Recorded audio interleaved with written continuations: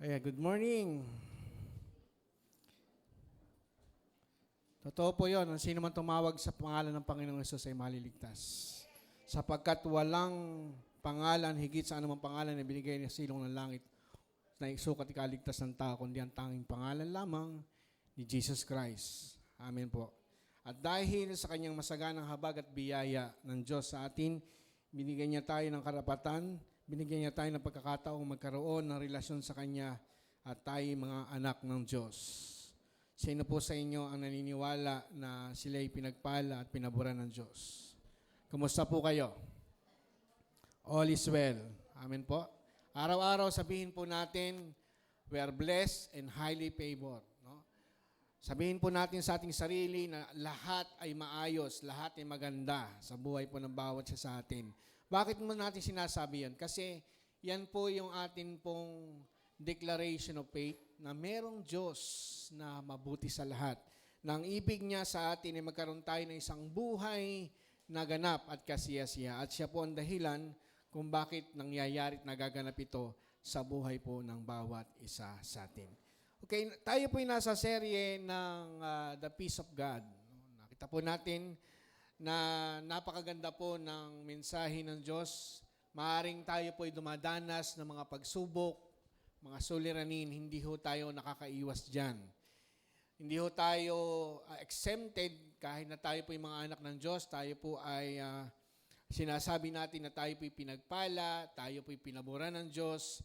Minsan dumarating po ang mga pagsubok, mga suliranin sa buhay po ng bawat isa sa atin.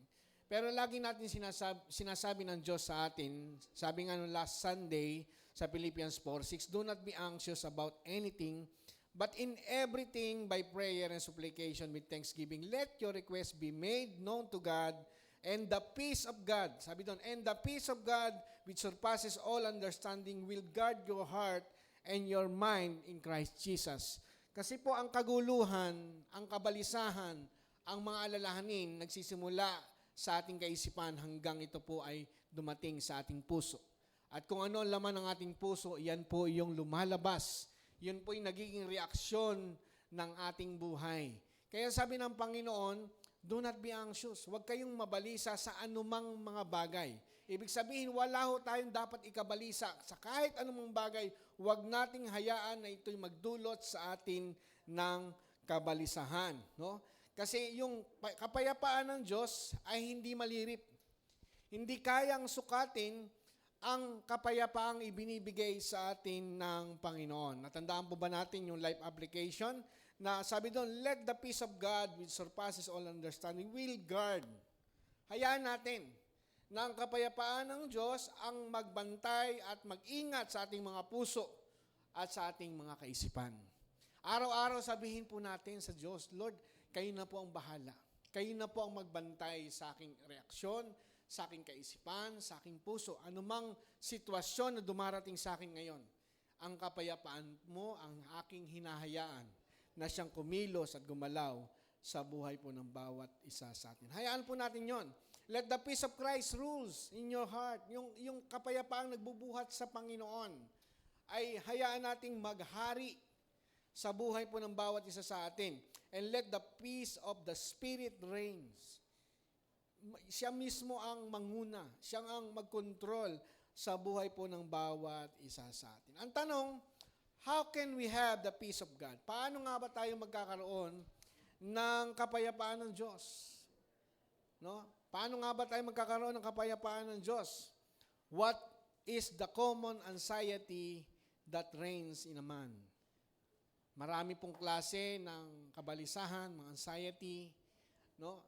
Na dumarating sa atin at makikita po natin yan at paano ba natin ito haharapin at paano natin ito mapagtatagumpayan. No? At paano nga ba natin ito ma-avoid o ma-overcome ang atin pong mga kabalisahan, mga anxiety? Ang anxiety po ay enemy of peace. Yan po ang kalaban ng kapayapaan, yung mga kabalisahan. Pero alam po natin na walang pwedeng tumalo sa kapayapaang nanggagaling sa Panginoon. At tayo po ay sama-sama na mag-aral ng salita ng Diyos. Sa mga nasa live stream, salamat po sa inyong buhay. Hindi man namin kayo nakasama ngayon, pero alam po namin na nandyan kayo, nakikinig kayo ng salita ng Diyos. At ang salita ng Diyos ay buhay, makapangyarihan at mabisa. Salamat po sa kanyang pagsama. Tayo muna po ay manalangin, dakilang Diyos na makapangyarihan sa lahat. Maraming salamat po at hinahayaan po namin ang iyong biyaya ng karunungan, biyaya ng kaalaman, biyaya na patuloy na naghahari sa buhay po ng bawat isa sa amin.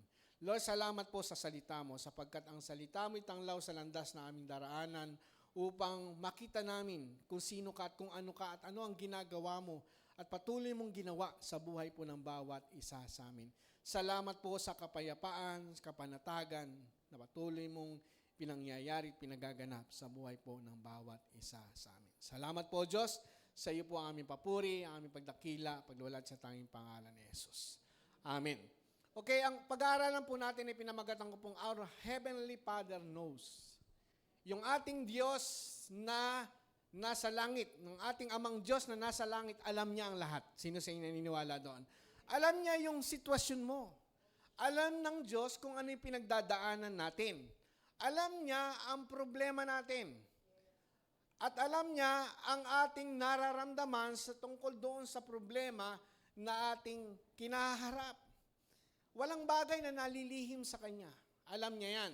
At ang Diyos, ni minsan, sa panahon na kailangan natin siya, ni minsan hindi po siya nawala. Lagi po niya tayong kasama. Ang pangako niya, hindi niya tayo iiwanan ni pababayaan man.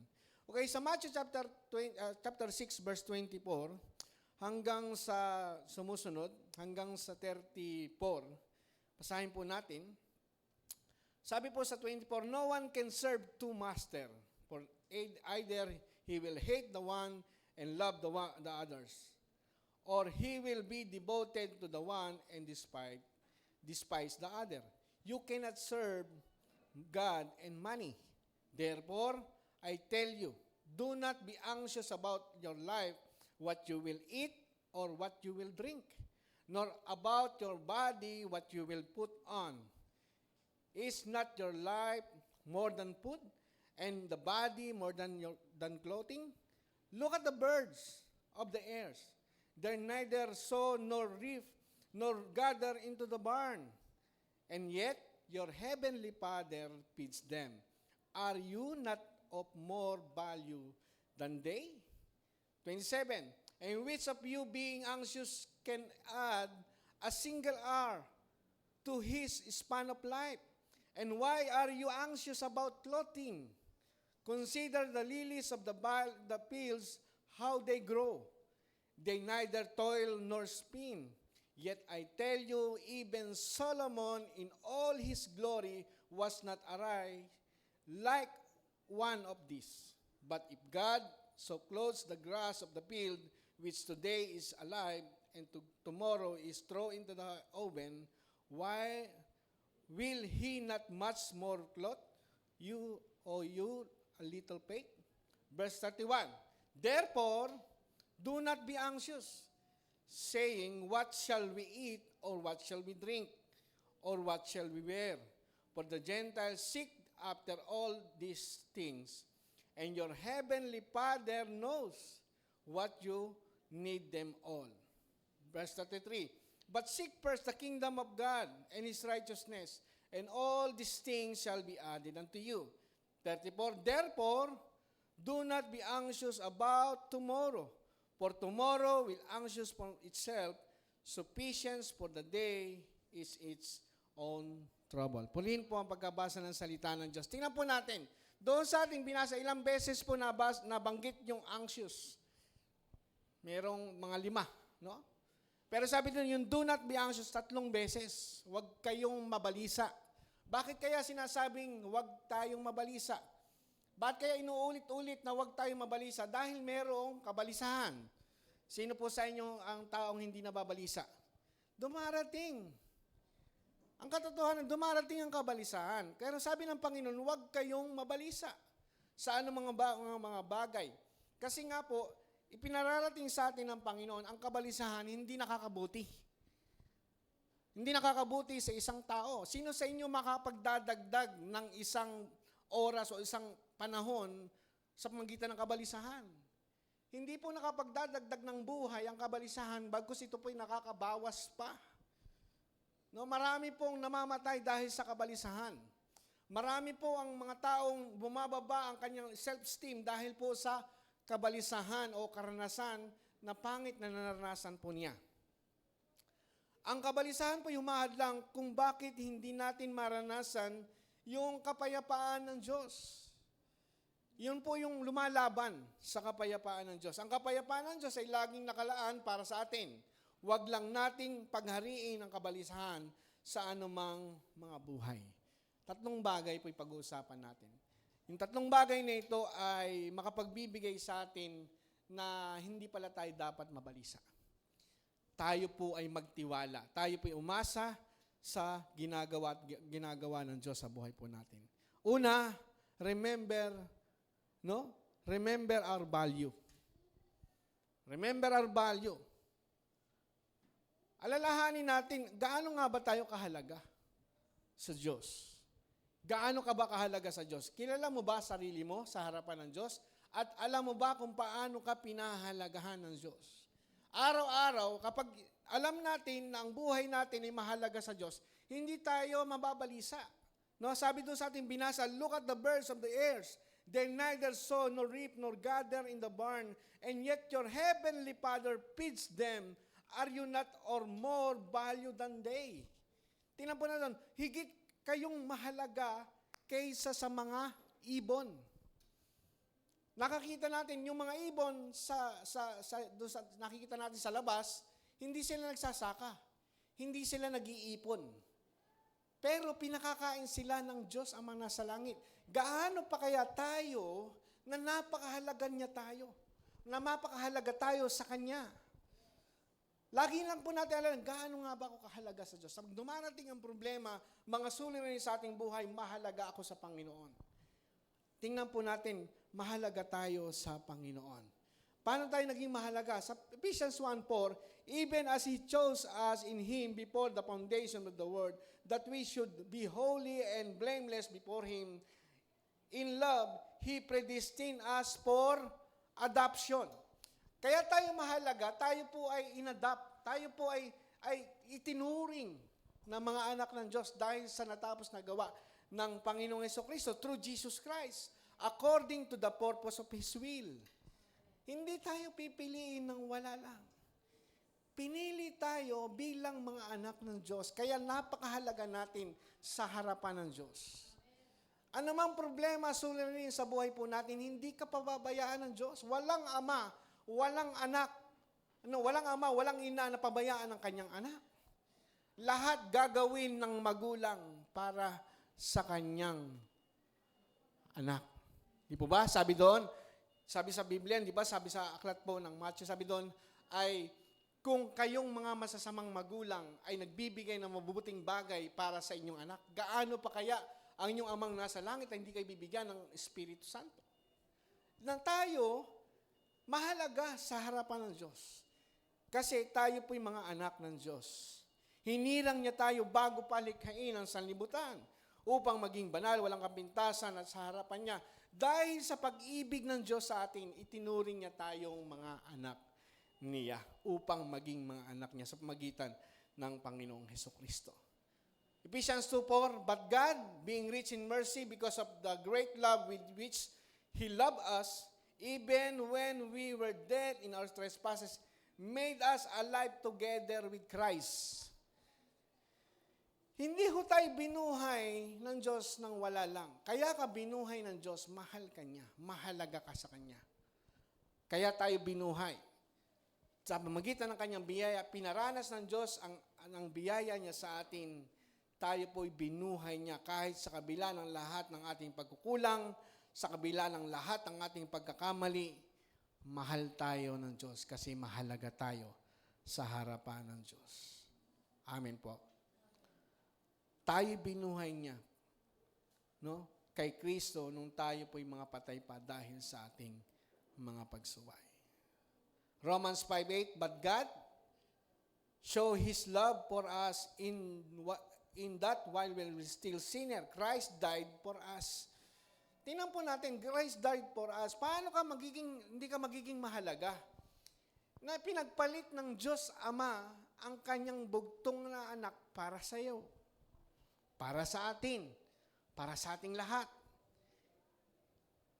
Kaya bakit ka mababalisa? Bakit ka mababalisa sa anumang mga bagay? Lagi mo lang isipin, anumang pagsubok na meron ako, anumang pinagdadaanan ko, may karamdaman ka man, na sa tingin mo, yung karamdaman mo, imposible. Bakit sa Diyos ba? Imposible? Lahat posible. Lahat kaya niyang gawin. Yung bang mga ugat sa ating mga katawan, yung mga cells sa ating katawan, siya po ang gumawa. Hindi ba niya kayang ayusin yan? Kaya niyang ayusin. Ang kailangan lang araw-araw paniwalaan mo, Panginoon, salamat po, ako'y magaling na. Ako'y pinagaling mo na dahil sa iyong mga latay, ako'y magaling na kasi mahalaga ako sa iyo. Sa mga pangangailangan natin.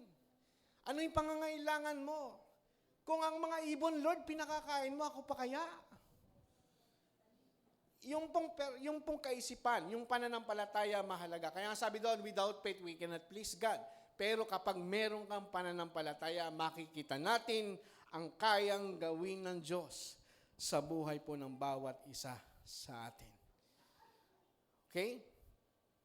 Ang pag-ibig po ang pag-ibig po ay pagpapahayag na mahalaga tayo.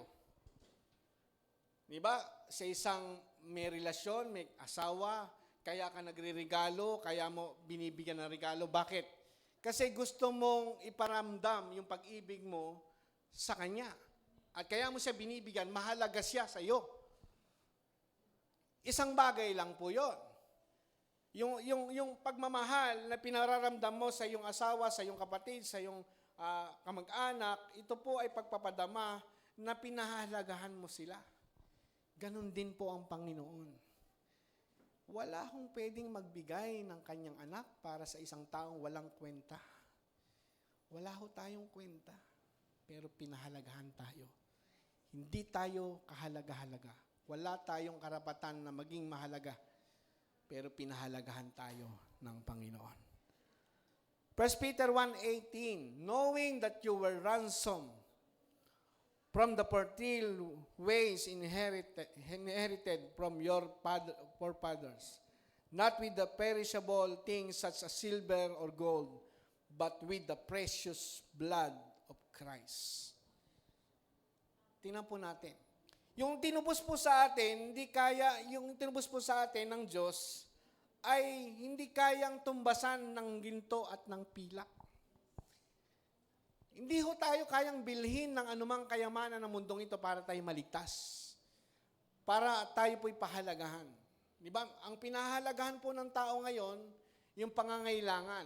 Pagka ho may ginto, pilak, di ba sa Olympics, pinagtatalunan yung gold. Bakit kasi pinagtatalunan yung gold? Kasi yun ay 10 million. 10 million. Kaya sabi ng iba, ano ba gagawin ko? Hahanapin ko ba si Kubuloy o sasali ako sa Olympic? 10 million. Mahalaga kasi yung ginto. Kaysa sa silver, kaysa sa bronze. Pero kahit magka-bronze ka lang, masaya na.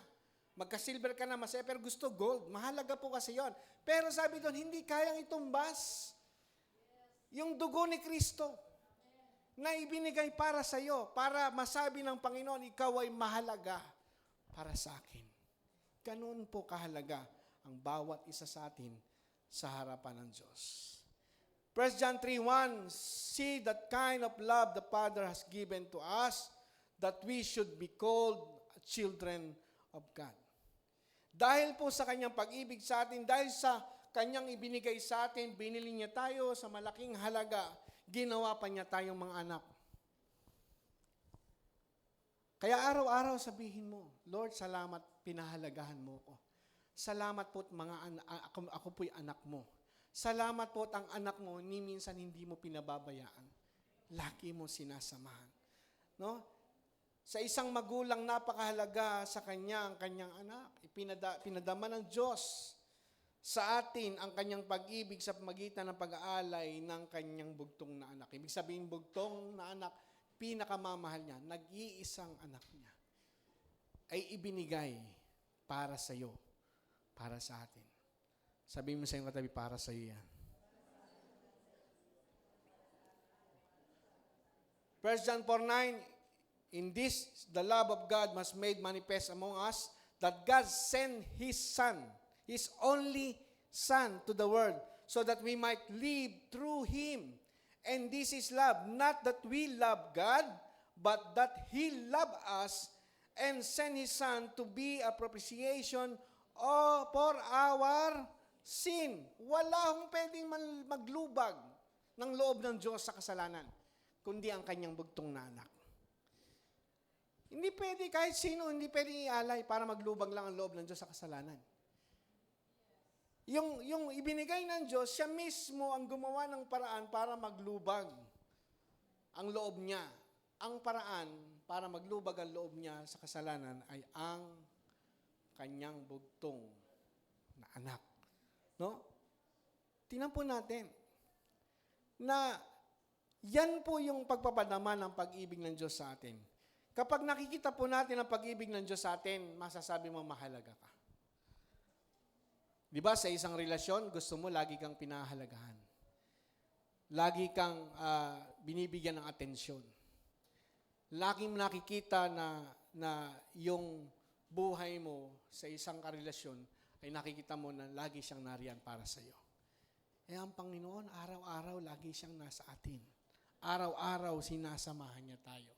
Araw-araw pinapatnubahan niya na tayo. Araw-araw pinagpapala niya tayo. Araw-araw binibigyan niya tayo ng lakas. No? Paggising mo, malakas ka, malusog, masigla. Paggising mo, naniniwala ka na ikaw ay pinagpala, pinaboran. Paggising mo, naniniwala ka na ikaw ay mabubuhay ng mahaba. Bakit? Kasi kasama yan sa ipinako. Kasama yan sa pangako ng Diyos sa kanyang natapos na gawa sa krus ng Kalbaryo. Amen? Ano ang sasabihin po natin? Ano po ang gagawin natin? Maniwala ka na ikaw ay mahalaga. No? Maniwala ka na ikaw ay mahalaga sa harapan ng Diyos. Remember your value. Your value. Kaano ka ba kahalaga?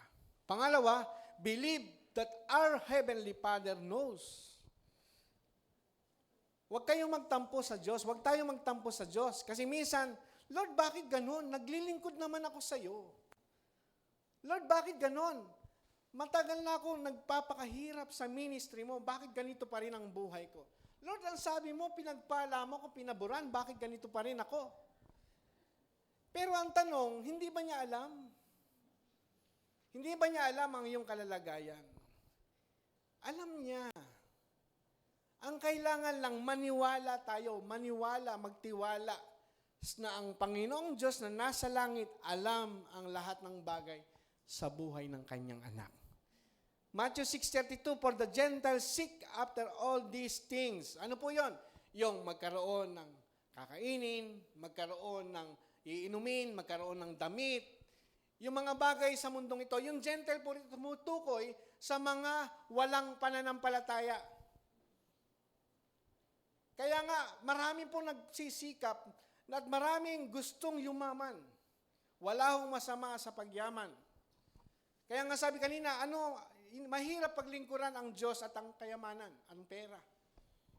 Pero kapag pinaglingkuran mo ang Diyos mo, higit pa sa kayamanan ang binigay sa iyo ng Diyos.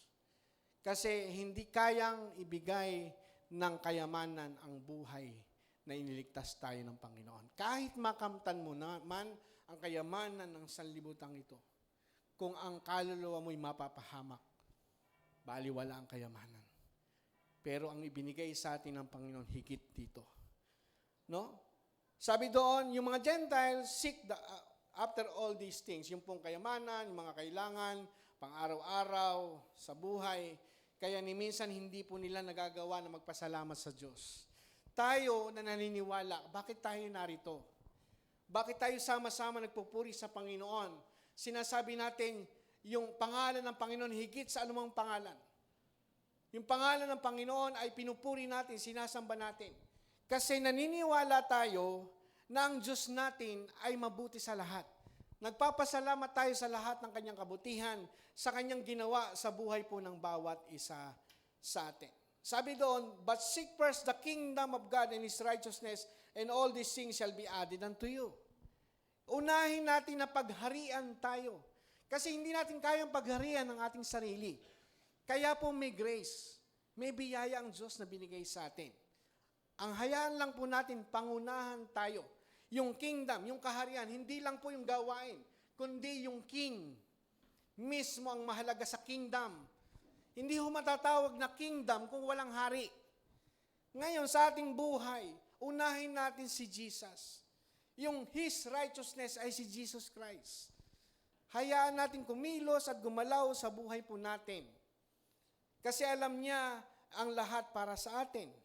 Ang sabi ng Panginoon, in all these things, yung mga kabalisahan, inaalala ng mga hindi sumasampalataya, yung mga hentil na ang gusto lamang yung mga bagay na pansamantala, ang sabi ng Panginoon, all these things shall be added unto you. Kaya nga natin nasasambit na tayo po ay tsarito, na tayo po ay pinagpala at pinaboran. Kasi higit yung natanggap natin nung nakilala natin ang Panginoong Hesus sa buhay po ng bawat isa sa atin. Amen po. Sabi po ng Hebrew 4:13, and no creation is hidden from His sight, but all are naked and exposed to the eyes of Him. Alam po ng Diyos. Tandaan po natin, alam po ng Diyos ang ating pinagdadaanan. Alam niya ang lahat sa buhay natin. Wala akong nalilihim.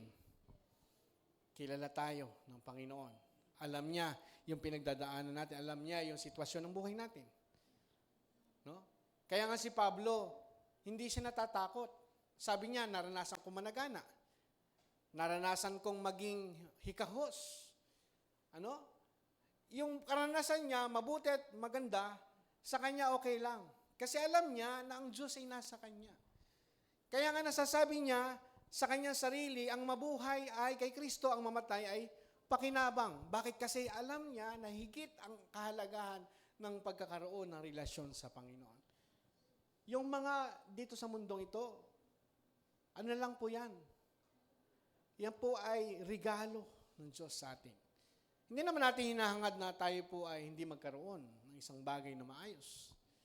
Kasi iyan po ang hangad ng Diyos, isang buhay na ganap. Pag sinabing ganap, kumpleto, walang kulang. Kasiya-siya.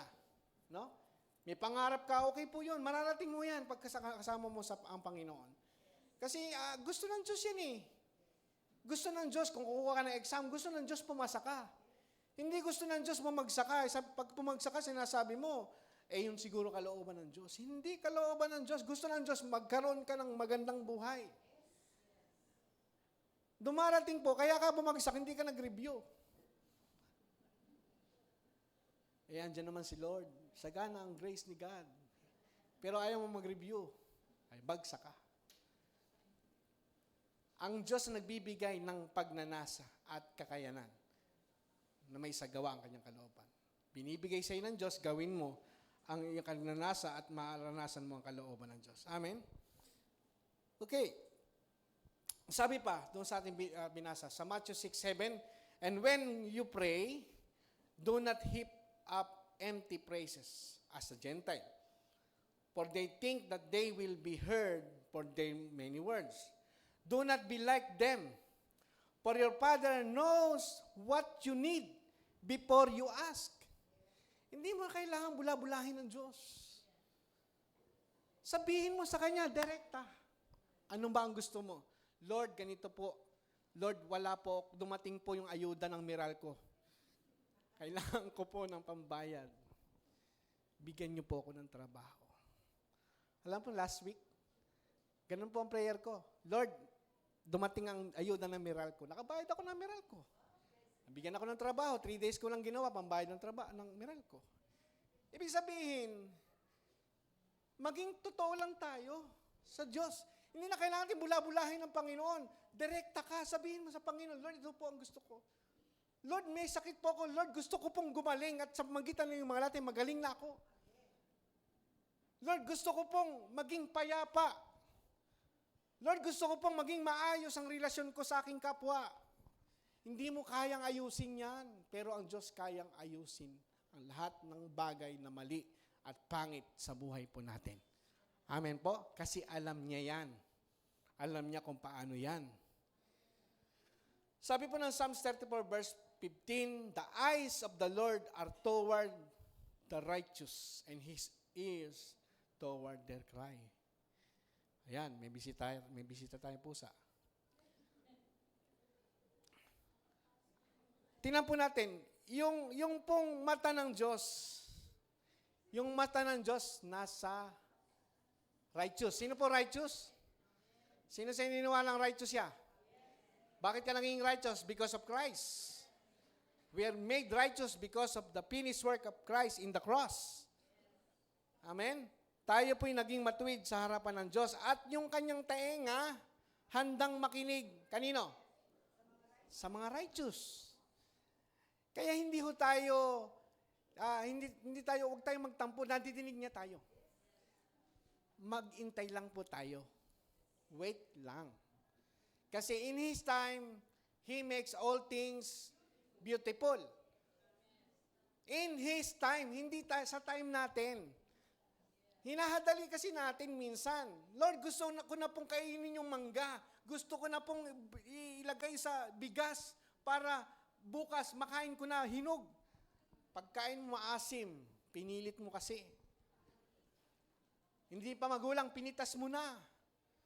In His time, He makes all things beautiful. Amen po ba? Intayin mo. Doon sa mga mag-aasawa, intayin mo ang para sa'yo. Huwag kang magmadali. Wala na po ako sa kalendaryo magmadali ka na. Hindi, intayin mo ang nararapat para sa'yo. Sabi ng 1 Peter 5:7, cast all your anxiety on Him because He cares for you. Sino po sa inyo may malasakit sa atin? Sino may malasakit sa atin? Ang Diyos. He cares for you.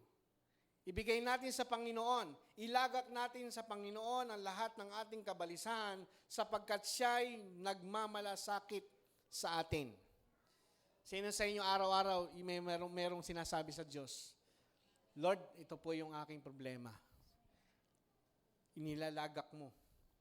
Ibig sabihin, ipinagkakatiwala mo.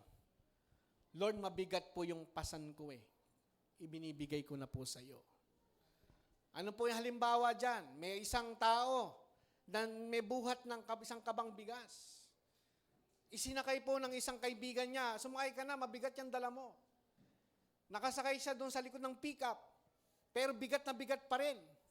Bakit? Kasi nakasakay siya sa pickup, pero yung isang kaba, nakapasan pa rin sa kanya. Ibig sabihin, ang paglalagak, ibinibigay mo sa Diyos, Lord, sa iyo na po ang lahat ng ito. Kasi kapag ibinigay mo yan, makakatulog ka na mahimbing, kinabukasan, ayos na. Solved na. Bakit? Kasi hindi naman ikaw si Jesus. Kasi kapag ikaw, makakapagmamalaki ka. Lord, kaya ko nga nakaya ko na nakaraan Kaya ko rin to ngayon. Kaya hindi mo nakaya, dismaya ka. Pero kung sinabi mo, Lord, nakaya ko yan dahil sa biyaya mo, makakaya ko rin to dahil sa biyaya mo ngayon. Amen. Kasi lahat ng bagay sa Diyos po natin ipagkatiwala. Sabi ng Matthew 10:29, are not two sparrows sold for a penny? And not one of them will fall to the ground apart from their Father? But even the hairs of your head are all numbered. Tingnan po natin, maging yung buhok natin, bilang ng Diyos. Tingnan po inyong katabi, nauubos na ba ang buhok? Pero, bilang po yan. Sino po nakabilang ng buhok? Ibig sabihin po nito, alam ng Diyos, maging buhok natin, alam ng Diyos kung ilan. Ganun po tayo kahalaga sa Diyos. Kaya, huwag tayo mag-alala. Our Heavenly Father knows. Alam niya. Alam niya. Maniwala po tayo na alam niya. Kaya nga sabi niya sa Romans 8:32, He who did not spare His own Son, but gave Him up for us all, how will He not also with Him graciously give us all things? Kung naibigay nga niya yung kanyang anak, gaano pa kaya ang ating mga pangangailangan? Kulang ka ng karunungan, humingi ka sa Diyos. Lagi ko sinasabi kay Janelle, mahirap yung course niya. Sabi ko sa kanya, hingin mo sa Diyos. Pero mag-review ka. Hingin mo sa Diyos yung karunungan. Kasi ang humihingi sa Diyos, hindi niya itinataboy. Ang lumalapit sa Diyos, hindi niya itinataboy. At ang humihingi sa Kanya ay binibigyan niya. Hindi po nanunumbat ang Diyos sa ating paghingi sa Kanya. Gustong-gusto niya na humingi ka sa Kanya. Lahat alam po ng Diyos. Our Heavenly Father knows. Kaya nga, anumang bagay nangyayari sa atin, nangyayari yan para sa ating ikabubuti. Sabi ng Romans 8:28, and we know that for those who love God, all things work together for good for those who called according to His purpose. Kapag tayo naniniwala na our Father, Heavenly Father knows lahat ito ng ating nangyayari sa atin para sa ating kabubuti. Meron kang karanasan, Lord, alam ko po, nangyayari ito, pero lahat ng ito, alam mo, lahat ng ito para sa aking kabubuti. Di ba mas magandang kaisipan yon? Yung bang may pangit na nangyayari sa iyo, pero alam mo na alam yun ng Diyos. Na alam mo na ito'y para sa iyong ikabubuti. No? Hindi mo na i-condemn ang iyong sarili. Ito siguro ay yung bunga ng aking kasalanan nung nakaraang kopong-kopong. Inaani ko na siguro yung aking mga kasalanan nung araw. Ang Diyos po, hindi ganoon. Mabuti po ang Diyos natin. Hindi ho tayo, ang Diyos po, hindi niya, kinakalimutan niya yung nakaraan natin. Maging ang kasalanan natin, kinalimutan na ng Diyos. Kaya huwag mong ikondena yung sarili. Minaranasan ka, yan po ay parte ng buhay para tayo mas lalo lumapit sa Diyos. Lalo tayong tumagtiwala sa Diyos. At sa bawat pangyayari ng buhay natin, hindi tayo nag-iisa. Alam ng Diyos ang nangyayari sa atin. Makikita natin isang araw, tayo magpapasalamat, Lord, salamat, tagumpay ako sa mga pagsubok na hinarap ko. Bakit tayo tagumpay? Sapagkat napagtagumpayan na ni Kristo ang sanlibutan. Amen? Pangatlo, last na po ito, think that all is well. Pag sinabing lahat ay maayos, think. Kasi nga, yun po yung problema. Kung ano yung niisip natin, yun yung papasok sa puso natin. Pag negative po yung nasa puso natin, negative din po yung magiging reaksyon natin. Kaya nga, speak life. Think positive. Kasi we have God, the God of possibility. Meron tayong Diyos na posible ang lahat ng bagay. Amen. Kaya sabi doon, therefore, do not be anxious. Do not be anxious tomorrow. For tomorrow will be anxious for itself. Hayaan natin yung problema. Ang mga problema sa kanyang problema. Hindi dahil sa wala na tayong gagawin. Lord, kailangan ko ng ganito, tapos hihiga-higa ka lang. Ayaw mo magtrabaho. Ang tamad, hindi pinakakain. Pero kung alam mo na ang Diyos mo ay merong ginagawa sa iyo, alam mo na ang sufficient ang Diyos sa lahat ng pangangailangan mo, pati yung kakayanang magtrabaho, siya rin po ang gumagawa sa buhay natin. Sufficient for the day, it's its own trouble. Sapat na ang bawat araw sa kanyang mga suliranin. Amen? All is well. Sino siya niniwala all is well? Matthew 6:25, therefore, I tell you, do not be anxious about your life, what you will eat or what you drink, nor about your body, what you will put on. Is not life more than the food and the body more than clothing? Totoo naman po yun eh. Anong mahalaga? Buhay o yung kakainin? Kailangan mo rin kumain, pero ang pinakamahalaga yung buhay. Makamtan mo man ang kayamanan ng mundong ito, lahagi kang kumakain ng kahit na marami kang kinakain. Meron kang crispy pata, meron kang litsong kawali, meron kang alimango araw-araw. Kinabukasan, wala ka ng buhay. Di ba mahalaga ang buhay? Patay ka na, nandun pa yung pagkain. Mahalaga ang buhay. Mahalaga yung buhay natin. Ano man yung kakainin natin, pasalamatan natin ng Diyos. Ano man yung iniinom natin, ano man kinakain natin, ano man ang blessing na meron tayo, huwag tayong malungkot. Iyan ay pagpapala galing sa Diyos. Amen? Kasi si Pablo, nakuha niyang masiyahan kung ano ang meron siya. Hindi siya nagtatampo sa Diyos. Hebrews 13:5, keep your life free from love of money and be content with what you have. For he said, I will never leave you nor forsake you. Sino po nagsabi nito? Pag sinabing I will never, I will never. I will never leave you nor forsake you. Hindi kita iiwanan ni pababayaan man. Kaya yung peace ni God nasa atin. Lord, salamat, kasama kita. Hindi mo ko iniiwanan, hindi mo ako pinababayaan. Sa journey ng buhay po natin, ano man yung kinaharap po natin, marami pong nakakaranas na yan. Kahapon meron po nag-text ko, sabi ko, huwag kang matakot. Ano man yung pinagdadaanan mo, hindi ka nag-iisa, kasama mo ang Diyos. Ikaw ay magaling, ikaw ay malakas, ikaw ay malusog, ikaw ay masigla, ikaw ay pinagpala at pinaburan. Lagi mong angkinin ang kagalingan, buhat sa mga latay ng Panginoon, ikaw ay magaling na. Hindi ho nagbabago ang Diyos. Kung kayang magpagaling ng Diyos noon, gaano pa kaya ngayon? Hindi ho nagbabago siya eh. Hindi siya sakop ng bound ng time.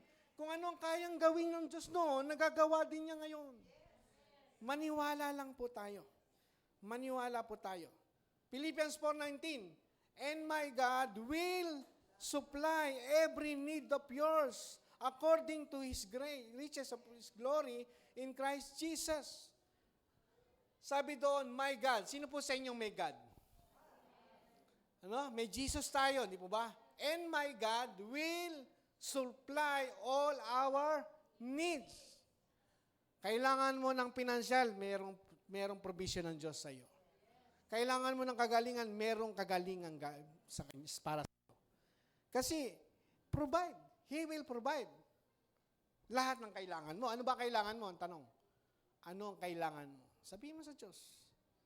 Anong gusto mong gawin sa iyo ng Diyos? Sabihin mo sa Kanya, Lord, ganito po ang gusto ko. And He will provide. No? Our God will supply every needs of ours. And sabi doon, buhat sa kanyang kayamanan na hindi mauubos. Kayamanan po ba ng Diyos mauubos? Hindi mauubos. Paano mauubusin isang bagay na hindi nauubos? Humingi ka na ng humingi. Para po yan pala, bigas na hindi nauubos. No? Yung salo ka ng kuha sa palabigasan, hindi nauubos. Yun po ang ibig sabihin, na kahit ilang taon na, kuha ka lang ng kuha, hindi nauubos. Ganun po yung sinasabi ng Diyos. Ang kayamanan ng Diyos ay hindi mauubos. He will provide your needs. Amen? Naniwala tayo doon? Sa panahon na tayo po'y nanghihina, ano po ang kailangan natin? Maniwala na merong biyaya ang Diyos sa buhay natin. 2 Corinthians 12:9, but he said to me, no, sabi ni Apostol Pablo, he said to me, my grace is sufficient for you, for my power is made perfect in a weakness.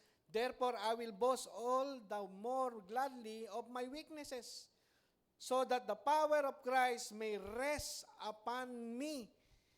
Yung kapayapaan ng Diyos, laging nasa atin. Kasi yung biyaya ng Diyos sapat sa lahat ng ating pangangailangan. Amen? Kung ikaw ay nagnanasa ng isang bagay, may plano ka. Gusto mo mag-abroad, makakapag-abroad ka. Kung gusto mo mag-business, makakapag-business ka. Ibigay mo lang sa Lord. Lord, sufficiente ang biyaya mo. Sa lahat ng pangangailangan ko, nandyan ang tulong mo at ang tulong mo'y sapat para sa akin. Bakit? Bakit sapat? Tingnan natin, Galatians 3:20. Now, to Him who is able to do far more abundantly than all that we ask or think. Sino sa inyo may hinihingi? Higit sa ating hiniisip, higit sa ating hinihiling, no? According to the power at works within us. Tingnan natin. Magagawa ng Diyos ang higit sa lahat na maaari nating hilingin at isipin sa pamagitan ng kanyang kapangyarihan na naghahari sa atin.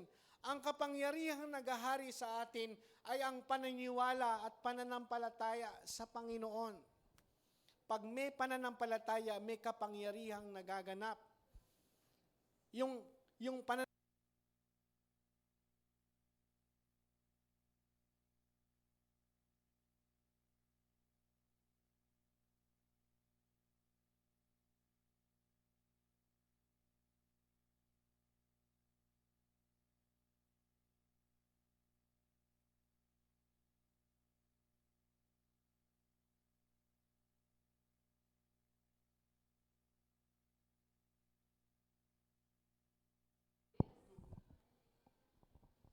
anong dapat natin gawin? Maniwala. Manampalataya, magtiwala sa Diyos. Lord, salamat lahat kaya mong gawin. Panginoon, salamat sa mga nararanasan ko ngayon, pero all is well. Maayos din to. Magiging maayos ang lahat. Hindi po yung lagi na lang, Lord, bakit nangyari to? Lord, parang yung bang nega ka, nega. Yung bang maliit na bagay palalakihin mo, magnenega ka na, naku, baka kaya ganito mangyayari sa akin. No? Sumakit lang ngipin mo, naku, baka kaya na. Dito ka na sumasakit pero sa ulo nakahawak. No? Nega. Dapat positive lagi. Speak life, all is well. Kaya sabi po ni Apostol Pablo, Philippians 4:6, do not be anxious about anything, but in by prayer and supplication with thanksgiving, let your request be made known to God. Tayo po ay humingi ng merong pasasalamat. Huwag tayong mabalisa sa anumang mga bagay. Sa halip, hingin natin sa Diyos na may pasasalamat. Bakit mo pinasasalamatan? Hindi mo pa nga natatanggap, pinasasalamatan mo na. Bakit? Kasi naniniwala ka matatanggap mo yon. Matatanggap mo yon. Kapag naniniwala ka sa isang bagay na mangyayari at gagawin niya ng Diyos, merong kang kapayapaan sa buhay mo. Kasi kapag hindi mo inalala na kayang gawin niya ng Diyos, hindi ka makakatulog, mapupuyat ka, tatagyawating ka. Magkakaroon ng kulubot ang iyong muka, kaiisip. Ayaw yun ng Diyos. No? Ang gusto ng Diyos, maging payapa tayo. Verse 7, and the peace of God, which surpasses all understanding, will guard your heart and your mind in Christ Jesus. Amen? How can we have the peace of God? Remember our value. Tandaan po natin, mahalaga ka. Kaano ka ba kahalaga sa Diyos? Kung naniniwala kang mahalaga ka sa Diyos, hindi ka mababalisa. Lord, salamat kasi mahalaga ako sa iyo. Ano mang nangyayari sa iyo, lagi mo sabihin, mahalaga ka sa harapan ng Diyos. Believe that the Heavenly Father knows. Pangalawa yon. Isipin mo lagi, alam naman ng Diyos yung aking sitwasyon eh. Alam ng Diyos ang mabuti para sa akin. Kasi wala siyang ibinibigay sa atin sa aking ikakakasama. Lahat ng ibibigay sa akin ay para sa aking ikabubuti. At ang pangatlo, isipin mo, think that all is well. Maayos din ang lahat. Maayos din ang lahat. Maayos din ang lahat. Maayos din ang lahat. Amen? A big idea. Our Heavenly Father knows what you need. What we need. Palakpakan po natin ang Panginoon. Sige tayo po'y manalangin. Dakilang Diyos na makapangyarihan sa lahat. Maraming salamat. Alam po namin na maraming kaguluhan, maraming mga kabalisahan sa mundong ito. Pero sabi mo, huwag kami mabalisa. Kami pumayapa, kami po'y pumanatag sapagkat ang lahat ng bagay sa mundong ito'y napagtagampayan mo na. Salamat po sa iyong katagumpayan sa krus ng Kalbaryo sapagkat dahil sa inyong ginawa sa krus ng Kalbaryo, kami po'y ginawa mong mga anak. Kami po'y mahalaga sa iyong harapan. Kami po, Diyos, ay naniniwala na lahat ng bagay alam mo, Panginoon, at ang lahat ng bagay maayos, Panginoon, sapagkat Ikaw ang nag-aayos ng buhay namin. Maraming salamat po, Diyos. Itinitiwala po namin sa iyo ang lahat ng bagay sa buhay po namin. Kasi sa aming sarili, wala po kaming kayang gawin. Wala po kaming kayang gawin, pero lahat ng bagay na meron kami, lahat ng bagay na hinaharap namin, Ikaw ang Diyos, nagbibigay sa amin ng buhay na maayos, ganap at kasiyasiya. Salamat po, Diyos, sa iyong mensahe na nilalakaran po namin sa buwang nito, O Diyos, ng Agosto, yung kapayapaang nanggagaling sa iyo. Salamat sa iyong salita. Salamat sa iyong natapos na gawa, sapagkat lahat ng ito natanggap namin ang kapayapaan na nanggagaling sa iyo dahil sa iyong ginawa sa krus ng Kalbaryo. Maraming mga kaguluhan sa mundong ito. Ang mundo'y pasama ng pasama. Ang masama ay nagpapakasama, ang mabuti ay magpapakabuti. Pero salamat po, Diyos, sapagkat sa kabila ng lahat ng kaguluhan ng mundong ito, kami po'y payapa. Sapagkat higit pa kami sa ibon, pinahalagahan mo ang bawat isa sa amin. Higit pa kami kung anuman ang nilikha mo sa mundong ito'y mahalaga kami, sapagkat binili kami ng mahal na dugo ng Panginoong Jesucristo. Mahalaga kami sa iyo, kami mga anak mo, kami mga pinagpala mo, kami mga pinaboran mo. Salamat po, Diyos. Tunay nga na umangkin kami na ang lahat ng kabalisahan na meron kami ngayon, O Diyos, ito po ay maayos na. All is well. All is well, Panginoon. Naging maayos na dahil sa iyong ginawa sa buhay po ng bawat isa sa amin. Sa anumang karamdaman na meron kami, umaangkin kami at kinikilala namin ang kapangyarihan ng iyong mga latay sa krus ng Kalbaryo, na sa magitan ng iyong mga latay, kami ay nagsigaling. At anumang karamdaman na meron kami ngayon, ito po'y magaling na dahil sa iyong mga latay, Panginoong Jesucristo. Dinideklara po namin na kami malakas, kami malusog at masigla. Kami pinagpala at pinaboran at mabubuhay ng mahaba. Salamat po, Diyos. Tunay nga, walang ibang itinataas, wala pong ibang dadakilain, walang ibang lulwalatiin sa aming kalagitnaan, kundi ang tanging pangalan mo lang, Panginoong Jesucristo. Salamat po, Panginoong Yesus, sa iyong biyaya, sa iyong kabutihan, sa buhay po ng bawat isa sa amin. Sa iyo po ang aming papuri, sa iyo ang aming pinakamataas na pagdakila at pagluwalhati, sa tanging pangalan ni Jesus. Amen. Palakpakan po natin ang Panginoon.